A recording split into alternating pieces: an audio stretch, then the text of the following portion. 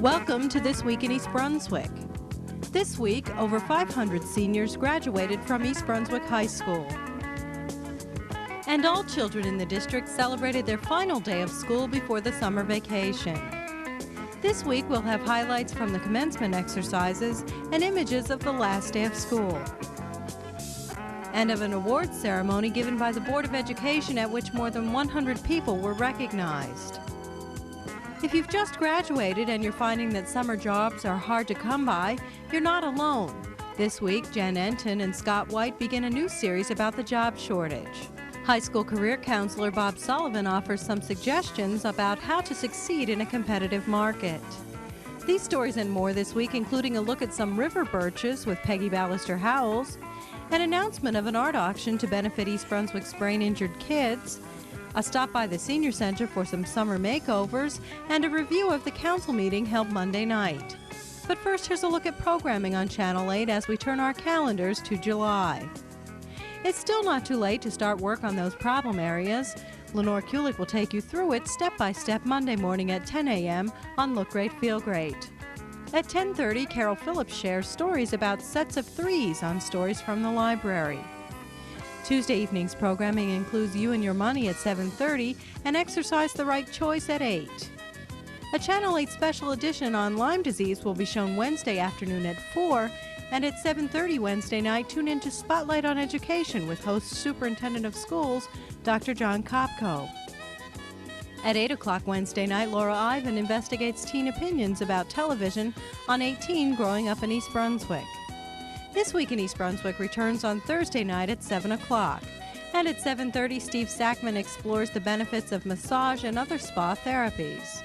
And he also looks into J&J's employee fitness program on Let's Talk Health.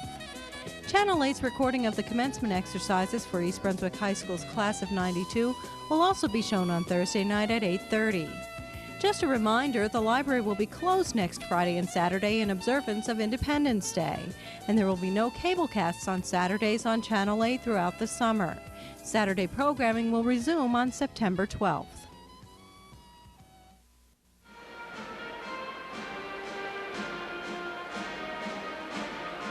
The East Brunswick High School graduated 537 students at commencement exercises held Tuesday night.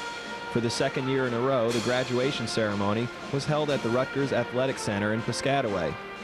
Several thousand parents, friends, and family members watched as the class of 1992 received their diplomas. Senior class president Diana Birnbaum addressed her classmates, as did valedictorians Ronald Kim and Brian Baum. The commencement ceremony will be shown in its entirety on Thursday, June 25th at 8:30 p.m. Also July 2nd at 8:30 p.m. and again on Thursday, July 9th at 8:30 p.m. Also, copies of the ceremony can be checked out at the East Brunswick Public Library's Media Services desk after June 30th.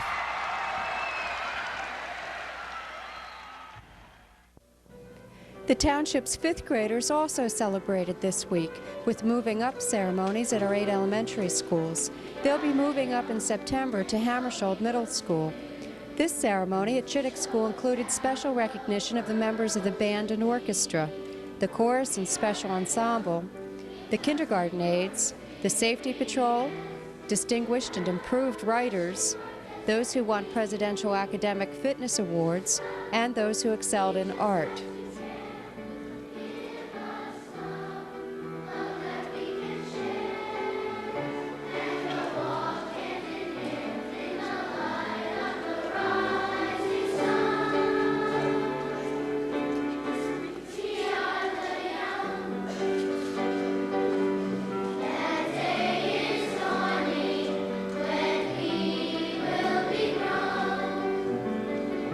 We will inherit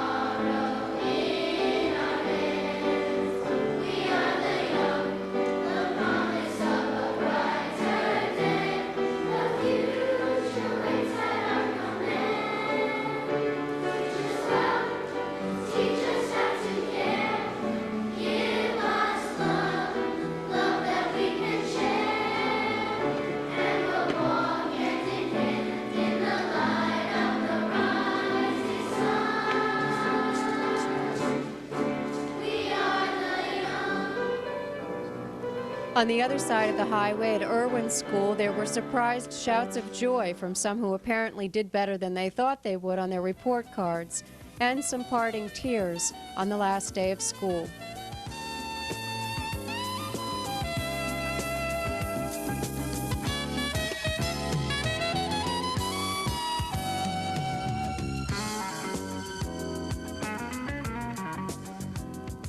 I'm Senator Jack Sinagra.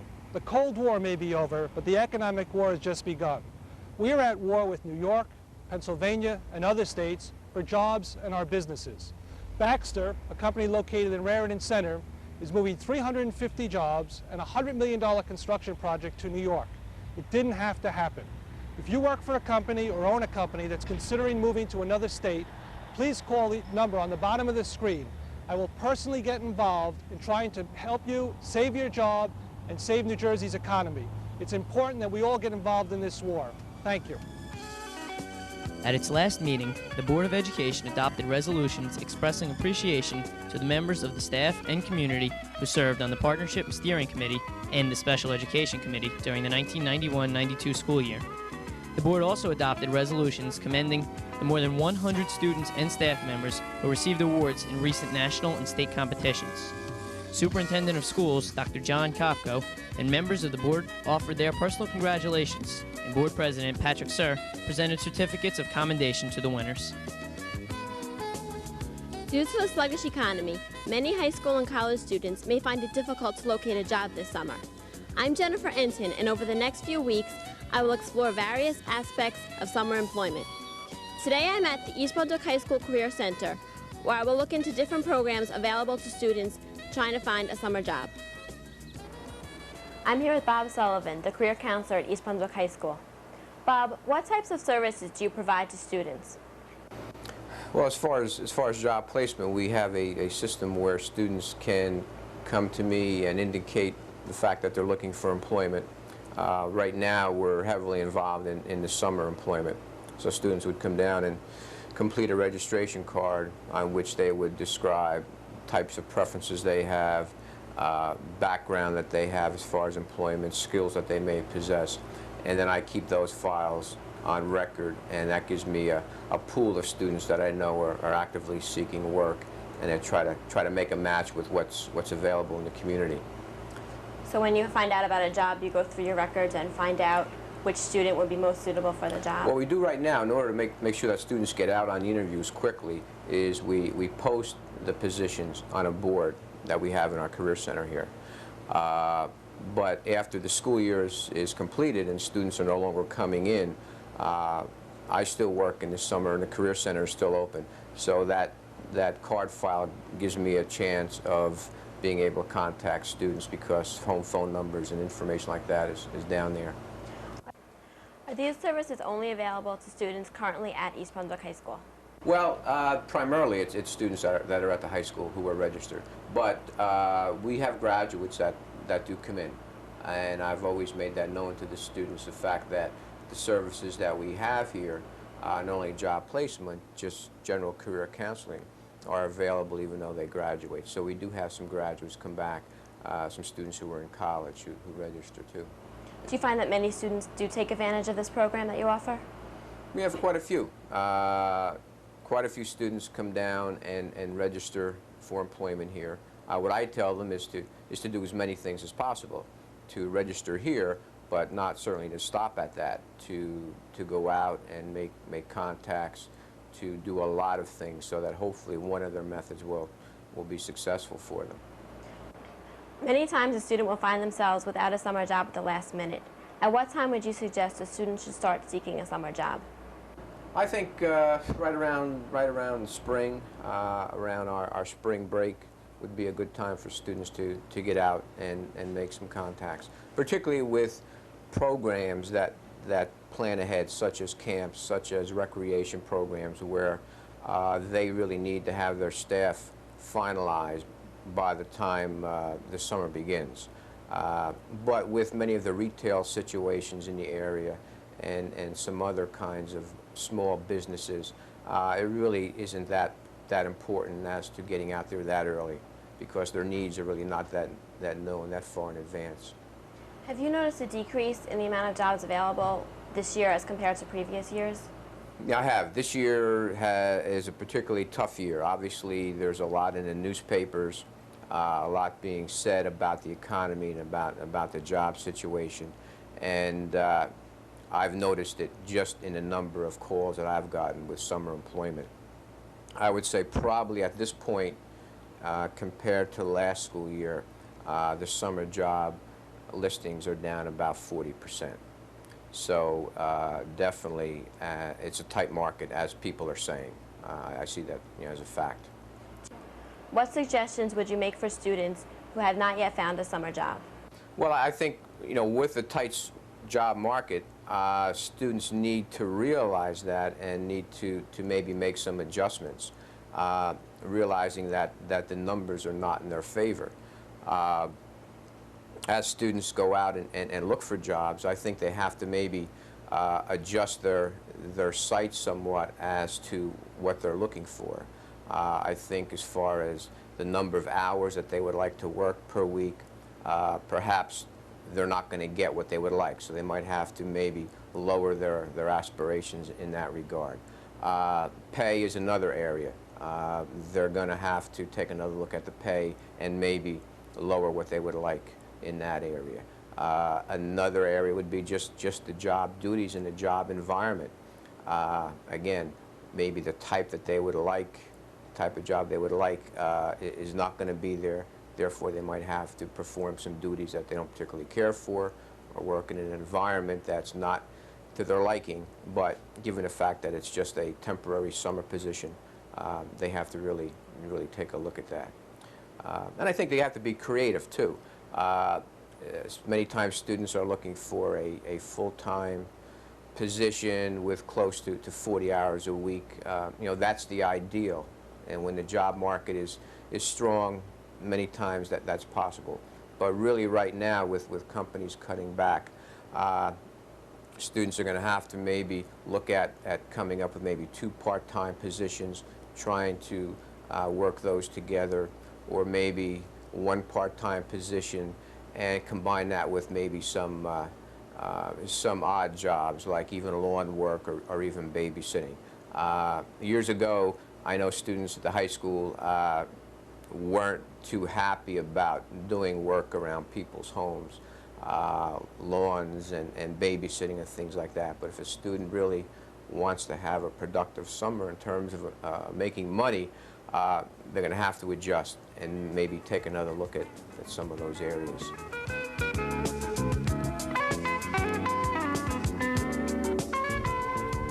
Hi, welcome to Blooming Acres. This is the corner of the backyard. Now, there's lots of trees planted in the backyard, but this is a demarcation of the corner that really separates the front part from the back pasture. Now, I wanted to use something a little different here, and these trees are river birch, and not just any river birch, but heritage river birch. And they are multi-trunk trees, as you can see, and the bark is the main attractive characteristic. You can see how the bark peels. Well, it does this on all river birches, similar to your white paper birch, only the beautiful colors underneath. You see the reds, and there's oranges and hints of pink.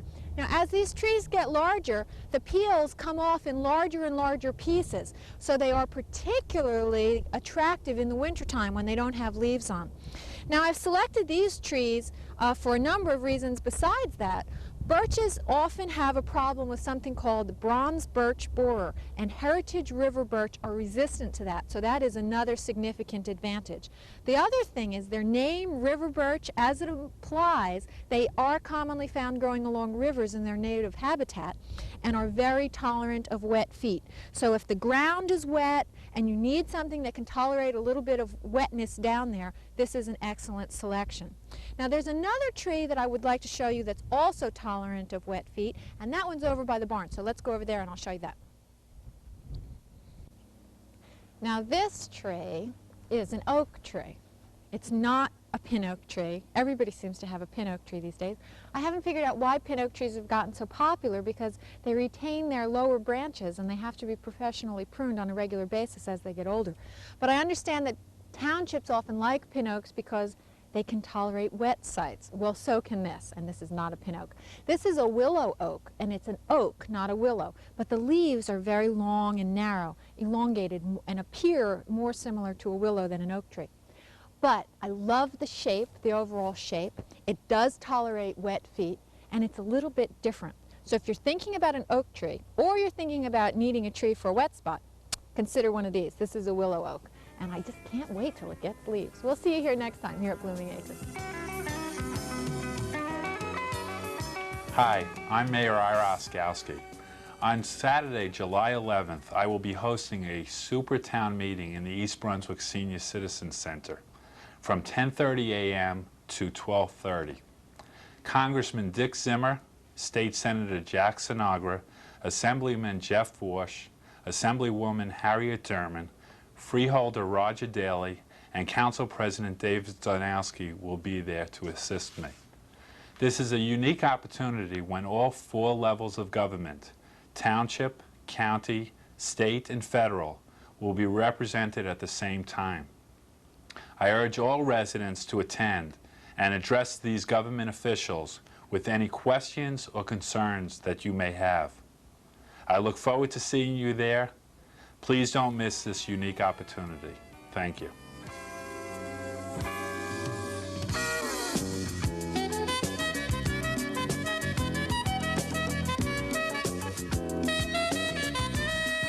Hi, I'm Ann Cirillo, Gallery Director of the Lumina Art Gallery in East Brunswick.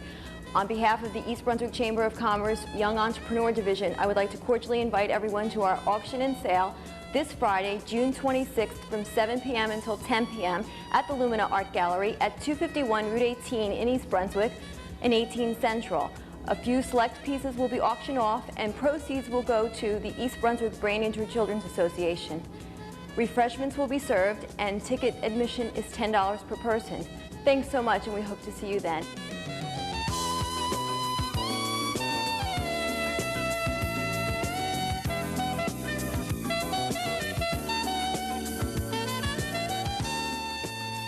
State Senator and former East Brunswick Mayor Jack Sinagra was recognized by the council for his service to the township at Monday night's Township Council meeting. And whereas during his years as councilman and mayor, he unselfishly devoted countless hours and endless energy toward the ideals and dreams that he envisioned for all residents of East Brunswick.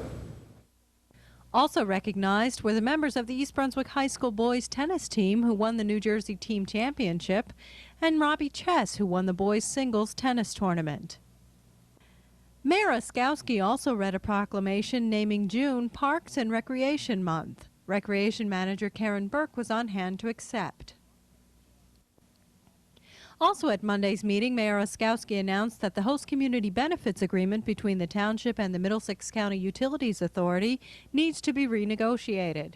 The township stands to lose about $125,000, and the schools, fire districts, and the township combined could lose over $500,000 if and when the MCUA purchases a portion of the Edgeboro 2 landfill. The mayor hopes that by renegotiating, the township will receive more money from the MCUA to cover any potential loss caused by a change in ownership.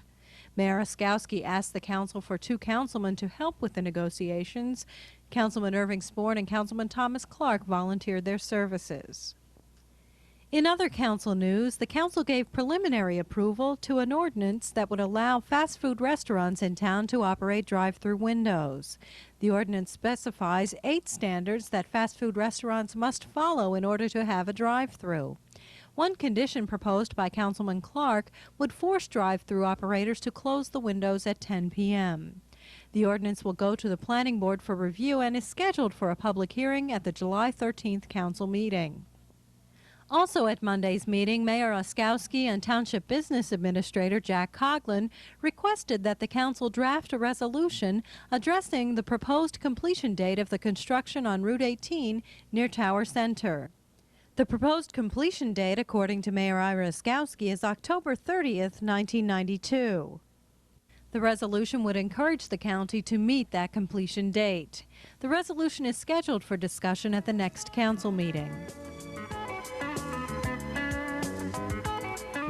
Hi, welcome back once again to Your Pet Doctor. I'm Dolly Vasta, and my co-host is... I'm Dr. Brian Johnson from the Cranberry Veterinary Hospital in East Brunswick. Yes, and we're all going to be taking a test today, so all of you out there get your pencils and paper, or if you have them, fine. And I haven't seen this. I have the answers up here, but nevertheless, no. Go ahead. All right, let's start. Okay. Well, Dolly has always said every time I tell her something that she knows it all. So I figured this is a time to put her on the spot. Thanks a lot. Lots of luck to you, too. I have 10 true-false questions. Very easy. All right. So you can give the answer, and then we'll compare at the end. All right. So here's the first of the questions. I don't even like this to start. You can usually tell when an animal has rabies because it becomes nasty and aggressive. True or false? You can always tell? You can usually tell when an animal has rabies because it becomes nasty and aggressive. True or false?